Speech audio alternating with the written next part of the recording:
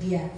Jadi yang pertama, memang Hari Ibu ini adalah kegiatan sebenarnya ya. Kegiatan itu sebenarnya untuk kita mengumpulkan, untuk menyampaikan terkait dengan pesan-pesan bahwa perempuan itu, pergerakan perempuan itu tidak dinilai dari yang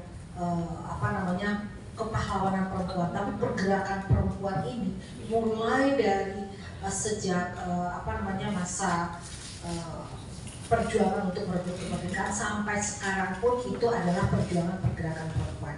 Nah, kita bangga Bu Hanita ya sebagai perempuan. Jadi kita bangga perempuan karena perempuan itu tidak hanya ibu ya. Karena kan banyak sekali generasi-generasi milenial kita, perempuan-perempuan hebat milenial yang itu sudah bisa masuk ke dalam kancah, karena ini kita sudah sebagai role model ya untuk perempuan tersebut. Sebut aja ya misalnya adik kita, penyanyi kita itu kan luar biasa ya membawa nama Indonesia. Kemudian belum yang perempuan dan lainnya. Jadi Mas Hana, kalau terkait dengan apakah Hari Ibu ini adalah kegiatan tadi terkesan seremonial, sebenarnya ini kita ubah konsepnya. Jadi yang pertama adalah tidak usah terlihat sebuah kemewahan gitu ya. Ini yang penting adalah bagaimana di dalam sebuah Hari Ibu itu ada tema apa sih yang kita angkat ya? Apa yang ingin kita sampaikan sesuai dengan kondisi perempuan saat ini, sesuai dengan kondisi ternyata anak-anak kita itu perempuan itu kalau coba dengan kejadian-kejadian kekerasan yang dialami oleh anak kemudian perempuan itu masih ada kan perempuan itu yang tidak berani bersuara, masih ada anak-anak yang tidak mendapatkan ruang partisipasinya.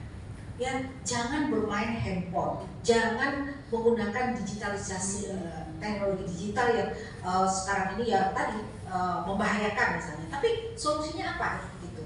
Maka di Hari Ibu ini kita memperkenalkan, ayo kita bersama yuk ke ruang bersama Indonesia. Di situ banyak loh mengenalkan permainan-permainan yang mengasihkan, banyak yang bisa diberikan manfaat oleh perempuan untuk karena faktor ekonomi, ya udah ada pelatihan di situ untuk pemberdayaan perempuan secara ekonomi. Ada pelatihan di situ bagaimana perempuan juga memahami terkait dengan hukum atau politik dan HAM untuk dirinya sendiri gitu ya. Nah, kemudian di ruang itu tersebut juga banyak akan dilakukan juga keterlibatan laki-laki di dalam membangun Indonesia Emas 2045. Nah, itu salah satu poin di tahun ini.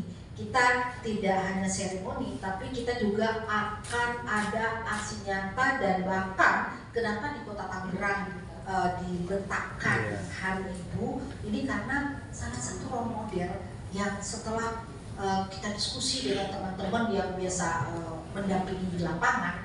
Nah, harapannya kolaborasi, semua orang peduli, semua orang menyapa, kemudian perempuan di situ berdaya. Nah, itu adanya salah satu tempatnya adalah di Desa Jimpitan, Kota Tangerang. Nah, bahkan tadi Menteri udah kita laksanakan di desa tersebut. Jadi langsung bagaimana nanti menggerakkan ini dan kita bisa lihat perkembangannya next ke depannya seperti apa. Jadi memang tidak hanya semacam seremoni, tarian, apa segala macam gitu ya, pidato-pidato, enggak. Tapi ini adalah maknanya bagaimana kita membangun sebuah ruang bersama Indonesia mulai dari tingkat desa. Karena tadi geografis kita sangat panjang, sangat panjang. Nah, bahkan kalau dilihat Bu Menteri itu ke salah satu desa yang dimodel di Kalimantan Selatan itu nyebrang sungai, kemudian jauh lagi itu dilakukan Ibu Menteri untuk beliau ingin tahu betul tidak hanya di Jakarta tapi di desa yang yang dengan geografis yang sulit itu dilalui karena Ibu Menteri betul-betul dan Bu Wamen juga tidak hanya Bu Menteri, Bu Wamen juga sedang ke Gorontalo misalnya gitu, kemudian langsung mulai dari mana sih, bagaimana sih desa itu memiliki rasa persatuan, nilai-nilai Pancasila diterapkan di situ, awal mulanya kenapa gitu. Nah, inilah nanti yang kita tularkan ke tempat lain. Jadi itu salah satu kunci ya Mas Anang dan teman-teman untuk PHI tahun ini kita akan lakukan itu. Jadi bukan bentuk seremonial dan kita harapannya ini akan di-step bahwa ini harus Bu Menteri juga, alhamdulillah juga para menteri insya Allah akan hadir ya, berdasarkan informasi ya kita lihat nanti, mudah-mudahan ini akan dulu. Kemudian boleh lanjut dengan pertanyaan Mas Anang tadi dan dari ini terkait dengan digitalisasi. Jadi zaman sekarang ya nanti Bu Anita ya kalau kita lihat anak-anak itu butuh role model. Role model kenapa? Ibunya melarang untuk menggunakan medsos yang begitu luar biasa, tapi dianya melakukan itu, gitu ya. Jadi role model itu belum diperoleh. Nah, untuk itulah kita harus menguatkan peran perempuan tadi, gitu kan? Bagaimana mulai dari perempuan sebagai seorang ibu, perempuan sebagai seorang kakak, perempuan sebagai seorang tante dan lain-lain. Jadi memang harus dimulai dari situ. Nah, terus yang kedua adalah kenapa harus ada solusi? Karena sebenarnya anak-anaknya tempat curhatnya dibutuhkan. Kemana sih tempat curhatnya mereka, gitu ya?